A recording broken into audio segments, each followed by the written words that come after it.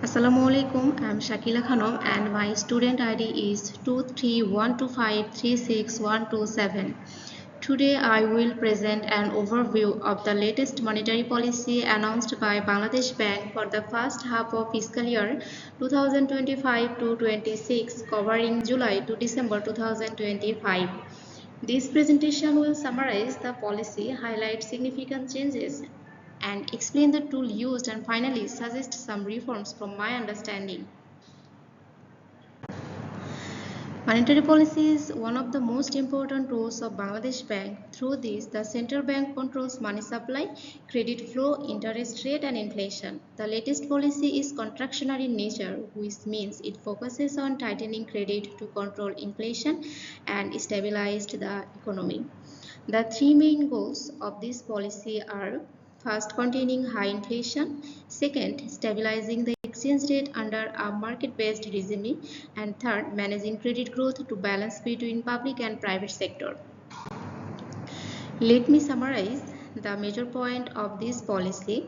The strength is contractionary, meaning tighter control on money and credit. The policy or repo rate has been kept unchanged at 10%. Bangladesh Bank will not reduce the repo rate until inflation falls below 7%. Private sector credit growth has been set at only 7.2%, which is quite restrictive. On the other hand, public sector credit growth has been increased to around 20.4%. The standing lending facilities rate is 11.5%, while the standing deposit facility is 8%. These numbers show that the central bank is prioritizing inflation control and government financing over rapid private sector expansion. Now we can see the significant changes compared to the previous year.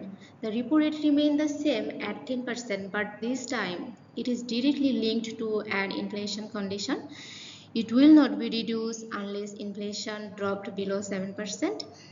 The private sector credit growth target has been cut sharply from about 9.8% earlier down to 7.2%, and public sector credit growth has been increased, which signals greater reliance on bank financing for government projects. And finally, Bangladesh Bank stronger emphasis on banking governance reforms and supervisory measures compared to the latest policy.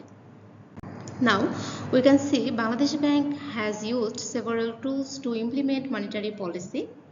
First, repo rate adjustment. This is the benchmark interest rate influencing borrowing cost.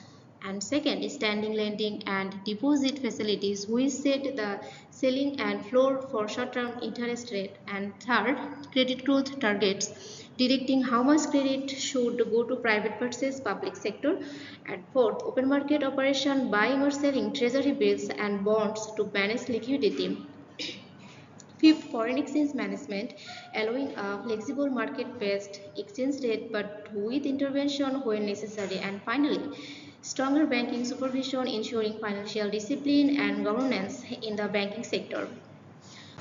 From my understanding, a few reforms could strengthen these monetary frameworks. Bangladesh Bank should diversify its tools beyond just the repo rate, for example, using reserve ratio or counter-cyclical buffers.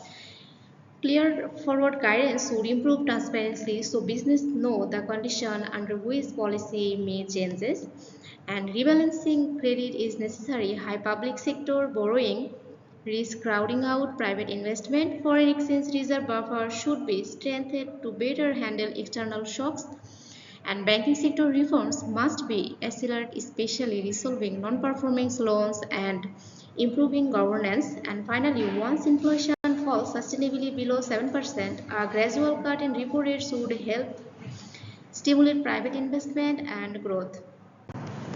To conclude, the monetary policy for July-December 2025 focuses on stabilizing the economy rather than boosting growth.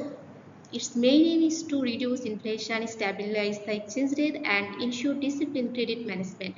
However, the success of this policy will depend not only on interest rate but also on structural reforms in the banking sector and the balance between public and private credit. Bangladesh now needs a careful mix of stability and growth-oriented measures. If done properly, this policy could set the stage for long-term economic reliance. And that's all about my side. Thank you everyone for connecting me.